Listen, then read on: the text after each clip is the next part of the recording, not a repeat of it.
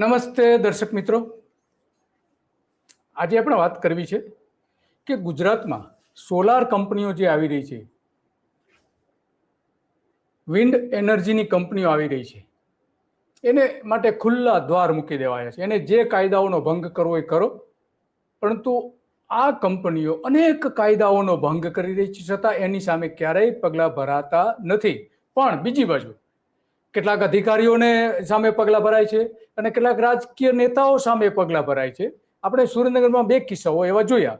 તો આ કેમ આવું થઈ રહ્યું છે? શા માટે આવું થઈ રહ્યું છે? કંપનીઓ ખુલ્લેઆમ કાયદાઓનો ભંગ કરતી હોય અને એની સામે પગલાં ન ભરવામાં આવે, એ બહુ ગંભીર બાબત છે. અનેક કંપનીઓ, 1-2 કંપની, માત્ર દ્વારકામાં જ 19 કંપની છે કે જેની સામે અનેક પ્રકારની ફરિયાદો થઈ છે. કચ્છમાં પણ મોટા પ્રમાણમાં કંપની છે, પણ 2 મોટી કંપનીઓ જે છે એ મોટા પ્રમાણમાં વીજ લાઈનો પસાર કરી રહી છે ગુજરાતમાં. અત્યાર સુધીમાં અદાણીની 3 વીજ લાઈન પસાર થઈ છે અને કુલ મળીને બધી થઈને લગભગ 50 જેટલી વીજ લાઈનો પસાર થવાની છે. તો આમાં અનેક પ્રકારના કાયદાઓનો ભંગ થાય છે, કાયદો હાથમાં લેવામાં આવે છે, પોલીસ અધિકારીઓનો ગેરઉપયોગ કરવામાં આવે છે. પરંતુ સુરેન્દ્રનગરનો એક જે ધાંગધ્રાનો એક કિસ્સો છે કે જે આપણે એની આજે વાત કરવાની છે, કે એમાં આ એક જ કિસ્સામાં ઓછામાં ઓછા 1 ડઝન અધિકારીઓ સામે પગલાં ભરવા પડે એવી પરિસ્થિતિ છે. હમણાં જ ઉર્જા વિભાગના જે ચીફ ઇલેક્ટ્રિકલ એન્જિનિયર ઇન્સ્પેક્ટર કે જે લાંચ લેતા પકડાયા હતા ગાંધીનગરના ઉદ્યોગ ભવનમાં, જે ફરજ બજાવતા હતા, એ આ વીજ કંપનીઓને જે કેટલાક પ્રમાણપત્રો આપવાથી લઈને, એનઓસી આપવાથી લઈને, સેફ્ટી સર્ટિફિકેટ આપવાથી લઈને સોલાર પ્રોજેક્ટ અને વિન્ડ એનર્જી માટે લાંચ લેતા પકડાયા હોવાનું માનવામાં આવે છે. તો એની સામે કેટલાક કેસોમાં ફરજિયાત સાઇટ ઇન્સ્પેક્શન કર્યા વગર મંજૂરીઓ આપી દીધી હતી. તો આ એક જે કિસ્સો આપણે આજે વાત કરવાના છે ધ્રાંગધ્રાનો, તો એમાં પણ આની કેટલીક સહીઓ છે એમાં, અને તો એની પણ તપાસ થશે એવું લાગી રહ્યું છે. કારણ કે રોકડ, સોનું, ચાંદી અને લગભગ 2.84 કરોડની કિંમતની સંપત્તિ એની પાસેથી એસીબીએ શોધી કાઢી છે. તો આ ભ્રષ્ટાચાર નિવારણ કાયદા હેઠળ એની સામે પગલાં તો લીધા છે, પણ આપણે વાત કરવી છે આજે ગુડખર કાયદા, કાનૂન, નિયમોનો જે ભંગ થયો છે. કારણ કે ત્યાં અહીંયા જે 250 જેટલા સર્વેમાં લગભગ 1200 હેક્ટર જેટલી સરકારી જમીન ઉપર એક પ્રોજેક્ટ ઉભો કરવામાં આવ્યો. એનો એક આપણે અગાઉ પણ એક કાર્યક્રમ કર્યો હતો, પણ આજે ફરીથી આ એક કાર્યક્રમ એટલા માટે આજે કરવો પડે છે કે એમાં કેટલાક નવા દસ્તાવેજો આપણી સમક્ષ આવ્યા છે. કારણ કે એક તો અભયારણ્યની મંજૂરી, જે આપણે વાત કરી હતી કે 860 કરોડનો પ્રોજેક્ટ હતો, તો વન વિભાગમાં એ માત્ર 80 કરોડનો બતાવીને જે 1% જેટલી સરકારી ફી ચૂકવવી પડે એ ન ભરવી પડે, એટલા માટે એની સામે આ અધિકારીઓએ પણ ગોલમાલ કરી હોવાના કેટલાક આરોપો છે, કેટલીક તપાસ પણ થઈ છે.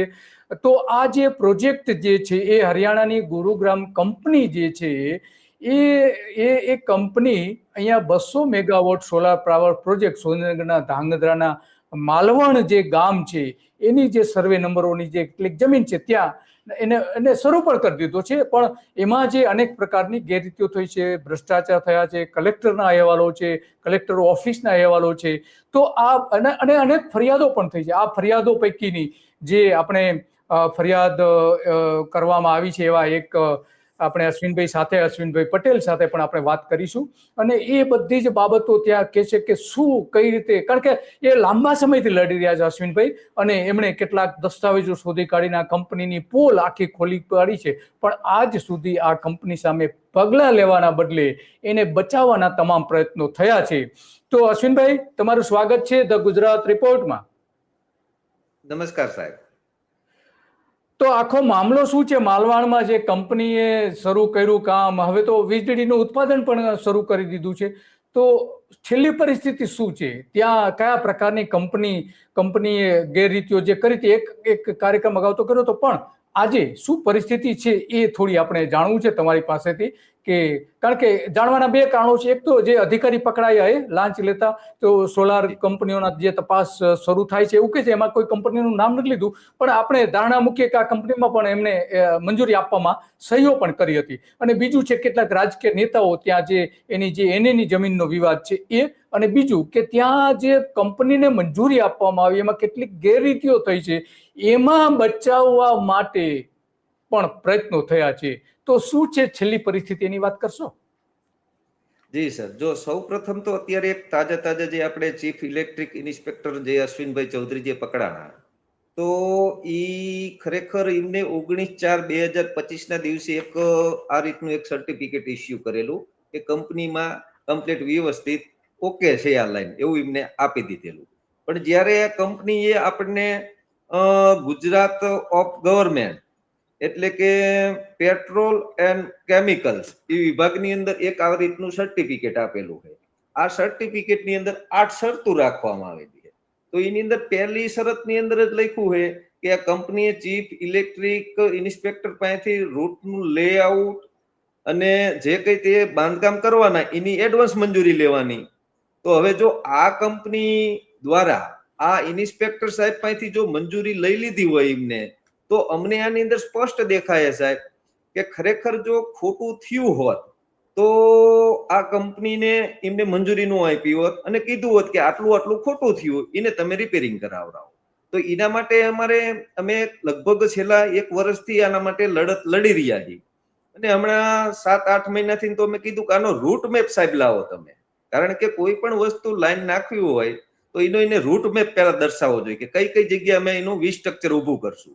તો આ કંપની દ્વારા તો કોઈ જાતનું સ્ટ્રક્ચર બતાવેલું નથી અને એમને મને મંજૂરી આપી દીધી. જો આની અંદર એક શરત એવી પણ લખેલી છે કે ક્યાંય પણ રેલવે ક્રોસિંગ આવતું હોય, રેલવે ક્રોસિંગ હોય, નર્મદા કેનાલ હોય કે જે નેશનલ હાઈવે આવતો હોય, આમાં પણ એ લોકોએ મંજૂરી લેવી જોઈએ અહીંથી પાસ કરવા માટે કે અમારી લાઈન અહીંયાથી જશે તો અમે આટલી ઓલી કરશું. તો આ કંપની દ્વારા એક તો નેશનલ હાઈવે પાસ કરેલો નથી, મંજૂરી લીધી. બીજું રેલવે ક્રોસિંગ કરે છે 2 જગ્યાએ, તો એની મંજૂરી નથી લીધી. અને કેનાલ 2 જગ્યાએ ક્રોસ કરે છે તો કેનાલ વાળાની મંજૂરી નથી. અને એક થાંભલો તો ગામનું તળાવ તોડીને ઉભો કરવામાં આવેલ એની અંદર. તો જો ખરેખર અને આ ખરેખર સર્ટી આપ્યું છે આપણે AB ચૌધરી એટલે કે અત્યારે જે અશ્વિનભાઈ ચૌધરી જે સંકજામાં આવ્યા એસીબી ના સટકાની અંદર, તો આ સર્ટી એમનું છે. જો 19/4/2025 આ સર્વે કરવા આવ્યા હોત રૂટ જોવા માટે, તો એમને એ વખતે જ કીધું હોત કંપનીને કે આટલી વસ્તુ ખોટી છે, આટલું તમે વ્યવસ્થિત કરી નાખો ને પછી તમારી લાઈનને સ્થાપિત કરવા માટે અમે હુકમ આપી કે પછી તમે લાઈન ચાલુ કરજો. તો આની અંદર પણ કંઈક ગોલમાલ થયું હોય એવું અમને પ્રાઇમરી તબક્કે દેખાઈ રહ્યું છે કે ખરેખર આની અંદર કંઈક તો વહીવટ થયો જ હોય. અને તો જ આટલા મોટા પ્રમાણમાં જે એની પાસે જે રોકડ રકમથી લઈને ઘણું બધું મળી આવ્યું છે. તો આખો જે મૂળ હરિયાણાની જે કંપની છે NSC કરીને જે એનો ઉચ્ચાર આપણે કરીએ તો એ પ્રમાણે થાય છે. તો એની વીજળીથી લઈને જે જેટકો કંપની છે એના 220 કેવીની ધ્રાંગધ્રા સબસ્ટેશન સાથે જોડતી વીજળી ત્યાં ઉત્પાદન કરીને એ ત્યાં સુધી લઈ જવા માટે, ગ્રીડમાં નાખવા માટે આ કંપનીને કામ આપવામાં આવ્યું હતું. તો આમાં આ લગભગ 16.875 કિલોમીટર 16 કિલોમીટર જેવી એ ટ્રાન્સમિશન લાઇન છે. તો આ વિભાગ દ્વારા જે ઠરાવ કરવામાં આવ્યો હતો એ બધું જ થયું હતું. 2003ની કાયદો જે છે વીજળીનો જે કાયદો છે એ પ્રમાણે એમને મંજૂરી આપી. એમાં જે શરતો મૂકવામાં આવી હતી, CEI જે છે ગાંધીનગર પાસેથી રૂટ લેઆઉટ અને જે વાત કરી આપણે જયંતિભાઈ, એ રીતે એની બાંધકામ પદ્ધતિ પૂર્વ મંજૂરી લેવી પડે, એ પણ નથી લેવામાં આવી. લાયસન્સ રૂલ્સના જે નિયમો છે એ પ્રમાણે એને કામ કરવું પડે. સંબંધિત સત્તાધીશોની લેખિત સંમતિ મેળવવી પડે. GERC જે છે ગુજરાત ઇલેક્ટ્રિસિટી રેગ્યુલેટરી કમિશન, તો એના નિયમોનું પણ પાલન કરવું પડે. આ બધી જ બાબતો જે છે, તો એમાં સૌથી ગંભીર બાબત કઈ છે તમારી દ્રષ્ટિએ જે આ ઉલ્લંઘનો કરેલા? કારણ કે કલેક્ટર ઓફિસ દ્વારા પણ તપાસ કરવામાં આવી છે. હવે જો એની વાત કરવામાં આવે સાહેબ, તો અમારા પ્રાંત અધિકારી સાહેબ એ કંપની અમે અવારનવાર રજૂઆત કરતા, અમે ઓનલાઈન પ્રશ્ન પણ અમારા લગભગ શરૂ જ હોય છે, દર મહિને અમે મૂકી છીએ પ્રશ્ન. તો એની અંદર એ મુદ્દો ચર્ચાણો અને કીધું કે આ કંપનીએ પોતાની જે લાઈન દોડાવી તો એ ખરેખર એની મંજૂરી લીધી શું એ કઈ રીતની તમે જાણો કે? તો અમારા પ્રાંત અધિકારી એક રિપોર્ટ આપેલો છે. આ રિપોર્ટની અંદર 2 નંબરની, કારણ કે અમારા પ્રાંત અધિકારીએ 17/12/2025 ના દિવસે રિપોર્ટ આપેલો છે અને એની અંદર પહેલી શરતની અંદર લખ્યું છે કે કંપની પાસે વીજ લાઈનનો રૂટ મેપ માંગતા આ કંપનીનો કોઈ પણ પ્રકારનો રૂટ મેપ અમને મળેલ નથી અને એમને તપાસ કરાવી અને ખરેખર તો 48 થાંભલા, 73 થાંભલામાંથી 48 થાંભલા તો સરકારી જમીન ઉપર ઉભા છે. તો તેના ઉપરથી આપણે શંકા જઈ રહી છે કે સામાન્ય જો ખેડૂતોએ એક લાઈન નાખવા માટે જો રસ્તો તોડવો હોય તો એની મંજૂરી લેવી પડે. તો આને તો આવડું મોટું ઓલું કરી નાખ્યું, તો મંજૂરી શા માટે નથી લીધી? શા માટે કોઈને જાણ નથી કરેલી? બરાબર છે. તો મંજૂરી તો લેવી જ જોઈએ. મંજૂરી લીધા વગર તો મંજૂરી તો કઈ રીતે આપી શકે? તો હમણાં જે તમે રજૂઆતો કરી એમાં કોઈ ફળદાયી પરિણામ તમને દેખાય છે? કંપનીઓએ ઘણા બધા કાયદાઓ નિયમોનો જે ભંગ કર્યો છે એની સામે કોઈ પગલા ભરાય એવું લાગી રહ્યું છે? કયા કયા એમને નિયમોનો ભંગ કર્યો છે, કાયદાઓનો ભંગ કરેલો છે? એની અંદર અમને એક એવું જાણવા મળે છે કે અત્યારે આ કંપનીને અમારા પ્રાંત અધિકારી સાહેબ દ્વારા કે મારી પાસે એક લેટર છે, આની અંદર 2 સર્વે નંબર શરત બંધ કરેલી છે. કારણ કે જે અમને વન ને પર્યાવરણ વાળાએ એનઓસી આપેલી છે, ત્યાં વન પર્યાવરણની એનઓસી, તો આની અંદર એમને સ્પષ્ટ લખ્યું છે કે એક સર્વે નંબર 11, 71, 72 પૈકી 18, 11, 71, 72 પૈકી 19 આ સર્વે નંબરની અંદર તમારે કોઈ પણ જાતનું બાંધકામ કરવું નહીં. છતાં પણ આ કંપની દ્વારા અહીંયા બાંધકામ કરી નાખ્યું. આ પ્રશ્ન સાહેબ છેલ્લા અમે ઘણા સમયથી લડતા હતા. સર્વપ્રથમ તો અમારા પ્રાંત અધિકારીએ 15/11/2025 ના દિવસે સાહેબ પ્રાંત અધિકારીએ ઇંગ્લિશની અંદર એમને લેટર કરીને, કારણ કે આ લોકો હિન્દી ભાષાની, ઇંગ્લિશ ગુજરાતી સમજતા નથી, એટલે પછી ઇંગ્લિશની અંદર કીધું છે કે તમે 18 ને 19 માં કઈ બાંધકામ કર્યું હોય તો એની મંજૂરી હોય તો એને કાગળિયા લઈને આવો તમે. તો આ કંપની સાહેબ કેટલી નિઠુર છે કે કઈ હજુ ગણકાર્યું નહીં. પછી બીજું લખ્યું કે આ કંપની દ્વારા અમારા ટોટલ 12 સર્વે નંબર ઉપર ચોકઅપ કરી નાખ્યું કે જે અમારું કુદરતી વેણ હતું. એક તમને ઈ પણ દેખાડવાનો પ્રયત્ન કરીશ કે આ જે અંદર તમને જે દેખાય ને એ કુદરતી વેણ જઈ રહી છે, એની ઉપર પણ એમને સ્ટ્રક્ચર બાંધી લીધું છે. તો એનો વિડીયો પણ જોઈએ, વિડીયો પણ છે, અશ્વિનભાઈએ મોકલેલો વિડીયો પણ છે કે આ વેણ છે, એ વેણમાં ખરેખર તો ત્યાં એને અડચણરૂપ નથી, કારણ કે ઘુડખર અભયારણ્યમાં આવે છે. તો આ એને અડચણ ઊભી નહીં કરવી એવું સ્પષ્ટપણે, અને એટલા માટે જ એને મંજૂરી આપવામાં આવી, છતાં પણ આ દેખાય છે કે દિવાલ બનાવી દીધી અને પાણી આરપાર નીકળી ન શકે એવી પરિસ્થિતિનું નિર્માણ કરી દીધું, જેના કારણે ત્યાં વાઇલ્ડ લાઈફ જે છે એને ગંભીર અસર પણ થઈ શકે છે. જી હા. તો પછી આની અંદર એક રિપોર્ટમાં એક પણ શરત લખી છે કે અહીંયા ધાંગધ્રાથી કૃષ્ણનગર જે લાઈન નાખી તમે, તો તમે કોની મંજૂરીથી નાખી? તો એના કાગળિયા લઈને આવું તમારે. તો આ કીધું તો એમને 15/11/2025. તો આ કંપનીએ કોઈ પણ જાતના અહીંયા કાગળિયા ન આપ્યા.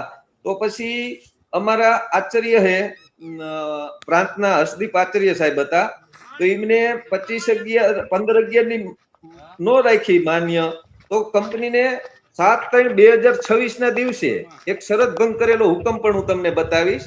આવા 2 ખેતર એમને શરત ભંગ કરી નાખ્યા કે શરત ભંગ કરી નાખ્યા. અને સાથે સાથે અમારા 4/5/2026 ના દિવસે અમારા પ્રાંત અધિકારી અત્યારે જે નવા આવ્યા છે ઈશિતા મેં, એમના દ્વારા કીધું કે અહીંયાથી તમારે 15 દિવસમાં તમારે સ્ટ્રક્ચર ખસેડી દેવું છે. તો હવે 15 દિવસમાં કીધું તો 15 ના બીજા 15 જી ગયા, તો હજુ એક નટ પણ અહીંયા હલાવી નથી. અને અમને એવો અંદાજ આવ્યો છે કે આ લોકો અધિકારી સમક્ષ ગયા હતા કે ભાઈ અમને મુદત આપો. હવે સાહેબ આપણે 15/11 તો કહી દીધું છે કે તમારે પાસે કાગળિયા નથી તો તમારે હટાવી લેવું, નકર કાગળિયા દેવા. તો આ લોકોને મુદત શું કરવા આપવામાં આવે છે? કોણ અધિકારીઓ કોઈ બચાવી રહ્યા છે? કારણ કે આમાં અમને તો એવું દેખાય સાહેબ કે ટોપ લેવલ થી રાજ્ય સરકાર તો કદાચ કેન્દ્ર સરકાર આપણા માટે તો ભલાઈ માટેના નિર્ણય લેતા હોય, પણ મને એવું દેખાઈ રહ્યું કે આની અંદર અધિકારીઓ જે કઈ આવે, જે સરકારી બાબુઓ, એ કદાચ અમને નહીં આ પૂજવા દેતા હોય, કારણ કે ક્યાંક ને ક્યાંક એનો છેડો અડી ગયેલો હોય એને. હા, યસ. અને સ્વાભાવિક છે કે છેડો અડેલો હોય, કારણ કે આપણે જાણીએ છીએ કે કંપનીનો જે પ્રોજેક્ટ છે એ કરોડો રૂપિયામાં થઈ જાય છે, અને એને જે આવક થવાની છે એ આવક પણ એટલા મોટા પ્રમાણમાં થવાની છે, કારણ કે આ માલવાણ જે સોલર પ્રોજેક્ટ છે એમાં વીજ ઉત્પાદન લગભગ સમજો ને કે 200 મેગાવોટમાં એની ઉપયોગની ટેકાવારી ગણીએ એટલે કે એના ઉત્પાદનની લગભગ 25% આસપાસ 25-26% આસપાસ થાય છે અને વર્ષે લગભગ 8,700 કલાક એને વીજળી એમાંથી પેદા થઈ શકે એવી છે. તો આ વાર્ષિક વીજ ઉત્પાદન લગભગ 455 મિલિયન યુનિટ છે અને 25 વર્ષમાં 11 અબજ યુનિટ ઉત્પાદન થવાની ગણતરી મૂકી શકાય એ પ્રમાણે જોઈએ તો એ પ્રમાણે 45 કરોડ રૂપિયા એનામાંથી અને યુનિટ 45 કરોડ યુનિટ પ્રતિ વર્ષ એમાંથી ઉત્પાદન થશે.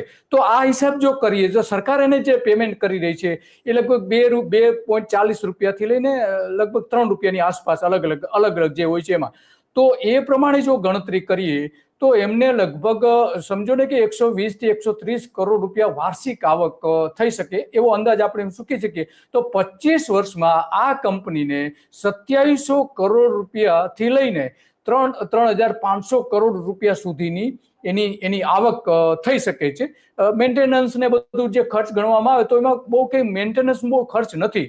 તો આ આખી જે જમીન ને એનું રોકાણ ને બધું આપણે ગણીએ, કારણ કે સોલાર પ્લાન્ટનો જે કુલ ખર્ચ છે એ લગભગ 850 કરોડની આસપાસ 875 કરોડ રૂપિયાની આસપાસ આપણે ગણી શકીએ. તો એને આવક કેટલી છે? 25 વર્ષમાં આ કંપની ઓછામાં ઓછા 3,000 કરોડ રૂપિયા એમાંથી કમાવાની છે 25 વર્ષમાં. તો આ સ્વાભાવિક છે કે જે રીતે અશ્વિનભાઈ વાત કરી રહ્યા છે કે એમાં કંપનીઓને આ જ રીતે બેનિફિટ અપાવીને કેટલાક રાજનેતાઓ, કેટલાક અધિકારીઓ, દિલ્હીમાં બેઠેલા કેટલાક લોકો, કારણ કે આ કંપની તો ગુજરાત બહારની છે, તો ત્યાં બેઠેલા નેતાઓ પણ આમને મદદ કરતા હોય એવું બની શકે છે.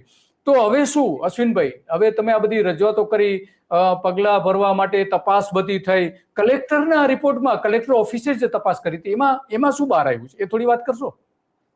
સર, જો હજુ બીજો એક અગત્યનો પ્રશ્ન છે, કારણ કે અમારે 25/3/2026 ના દિવસે એક જિલ્લા સ્વાગત હતો.